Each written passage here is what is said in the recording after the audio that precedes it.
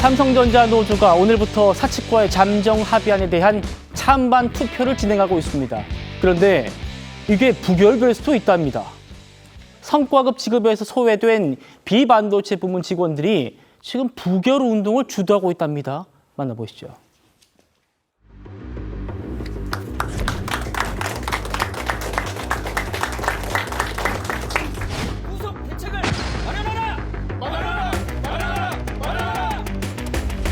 이번 교섭이 반도체 메모리 사업부의 성과급 교섭으로 변질되었습니다. DX 직원들은 어제부로 부결 운동을 정식으로 시작했다는 것을 말씀을 드리고요. 메모리 사업부가 아닌 반도체 다른 사업부와도 연대를 해서 분명히 부결을 시키도록 최선을 다하겠습니다.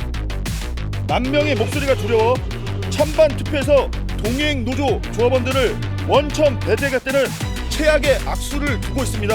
스스로 민주주의의 가치를 짓밟고 자신들의 안위만을 위해 전체 노동자의 눈과 귀를 가리겠다는 치졸한 꼼수에 불과합니다.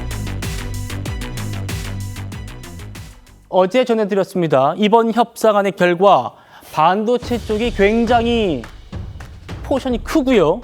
비반도체 부분은 굉장히 적습니다. 반도체 부분은 적잖은 사업부도 2억 가까운 성과급 받는데 비반도체 부문은 600만 원에 그친 상황입니다. 임재 변호사님, 지금 부결 운동, 이 비반도체 직원들이 좀 주도한다는 겁니까? 비반도체 쪽에서는요, 불만이 폭주할 수밖에 없어 보입니다. 사실상 삼성전자는요, 가전, 휴대폰, 이 반도체 외의 분야도 굉장히 오랜 시간 동안 세계 최정상을 유지해 왔습니다. 그러니까 지금은 반도체 호황 사이클이기 때문에 삼성전자 반도체 막대한 영업이익을 냈지만 어떻게 반도체가 이렇게 성장할 수 있었느냐?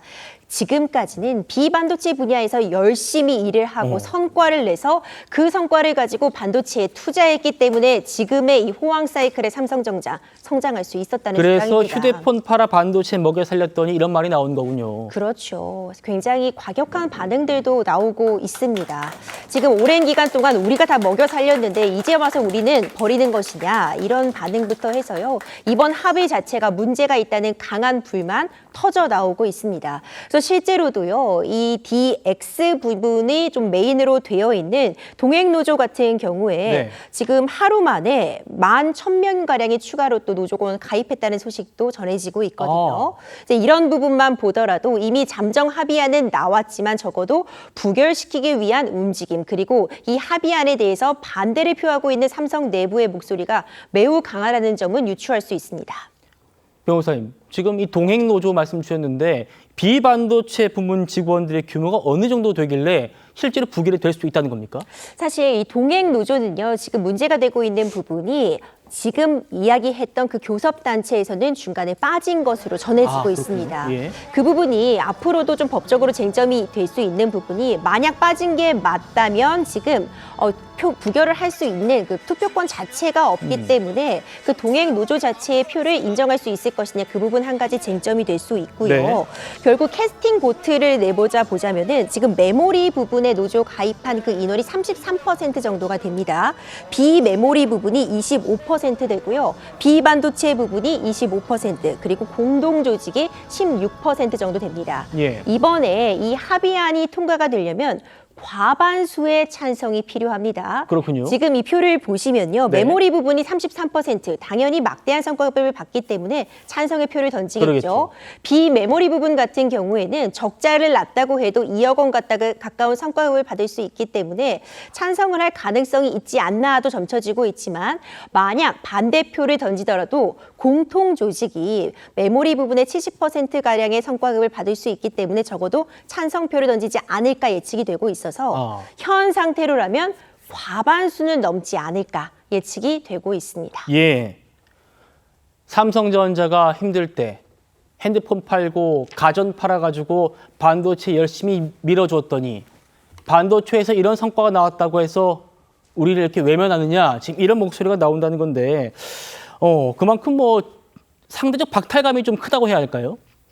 그렇죠. 상대적 박탈감 있을 수밖에 없습니다. 온라인상에 여러 가지 이야기가 나와요. 나 역시도 열심히 좋은 대학 나와서 취업 준비해서 취직을 했는데 반도체 분야 선택했던 사람들, 친구들에 비해서 지금 너무나도 상대적으로 박탈감이 크다 이런 이야기 나오고요.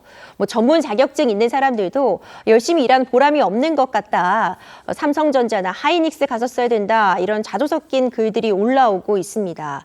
이제 심지어 중소기업 다니는 그런 근로자들 같은 경우에는 내가 몇십 년을 일해야지 받을 수 있는 그 연봉 총액을 성과급으로 1년 만에 한 해에 받는다고 하니 박탈감이 너무 크다 이런 이야기가 들리거든요. 예. 사실 누구나 열심히 일하면 그에 합당한 대가를 받는 것인데 이렇게 성과급이 굉장히 높은 액수로 또 이렇게 유례 없이 지급이 되는 것이 예견이 되다 보니 상대적인 박탈감을 느낀다. 너무 일하기 싫다. 또 이런 글들이 자주 올라오고 있습니다. 예. 다른 회사 직원들도 이 정도인데 삼성전자의 비반도체 부문 직원들은 어떻겠습니까? 이게 또 공감이 되는 부분입니다. 자, 그런데 아직 돈이 풀기도 전인데도 삼성전자 직원들이 많이 사는 경기도 동탄 일대 벌써부터 들썩들썩하고 있답니다. 당장 아파트 값이 오르면서 신고가를 기록하는 곳도 생기고 있다는데요. 변호사님, 정말 우리 경제, 이 부동산 시장까지도 영향을 미치겠네요. 그렇죠. 이제 삼성생활권이라고 하면 대표적으로 동탄이 꼽히는데요. 성과급 받으면 뭐 경우에 따라서는 집을 갖고 있지 않은 사람도 집을 살 수도 있고요. 가족이 있는 경우에 평수를 늘려야겠다 충분히 생각할 수도 있습니다. 그렇다 보니 뭐 동탄 집값이 벌써부터 들썩이고 있다 이런 이야기가 나오고 예. 그리고 지금 최근 물가 상승에 대한 그런 우려 굉장히 커지는 상황인데 막대한 규모 몇십조 원의 이 성과급이 어쨌든 풀리게 되면 물가 상승에도 일정 부분 영향을 줄 수밖에 없다라는 이야기가 나옵니다. 그렇군요. 자, 뭐 좀 소외감을 느끼는 타 회사 직원들과 또 동행 노조 직원들 이 얘기를 좀 해봤다면 이제 성과급을 많이 받는 직원들 얘기를 좀 해보겠습니다. 삼성전자 직원 중에 6억 원의 성과급을 받는 그런 반도체 부문 직원들 세금은 얼마나 내게 될까 이것도 궁금한데 얼마 내게 됩니까? 실제로요, 이 세금 시뮬레이터 뭐 이런 것들도 지금 온라인상에 돌아다니고 있는데요. 예를 들어서 추정치이지만 연봉 1억을 받고 있는 상황에서 6억 원의 성과급, 반도체 부분이어서 지급을 받게 된다면요. 근로소득세로 약 2억 5천만 원가량을 내야 합니다. 굉장히 많은 세금이다라고도 볼 수 있는데 워낙 고액이다 보니까 최고세율, 근로세율 중에 최고세율인 42%의 세금이 적용을 받게 되고요. 이런 부분들 때문에 막대한 세금도 부담을 해야 되는 상황으로 평가가 됩니다. 예. 그런데 일부 또 현금이 아니라 자사주로 받는 부분도 있지 않습니까? 그렇죠. 주식으로 받게 돼도요. 현재 가액을 기준으로 해서 일단 세금은 원천 징수된 다음에 그 나머지 액수를 가지고 이제 주식으로 받게 되는 겁니다. 주식도요. 바로 팔 수 있는 건 아닙니다. 현재 잠정안에 따르면 받는 자사주 가운데 3분의 1은 즉시 이 주식을 판매할 수도 있지만 나머지 3분의 1은 1년 후에 그 다음 3분의 1은 2년 후에 이 주식을 현금화할 수 있다는 점. 하지만 액수가 상당하기 때문에 일정 부분 주가에도 영향을 줄 수 있어 보입니다. 그렇군요.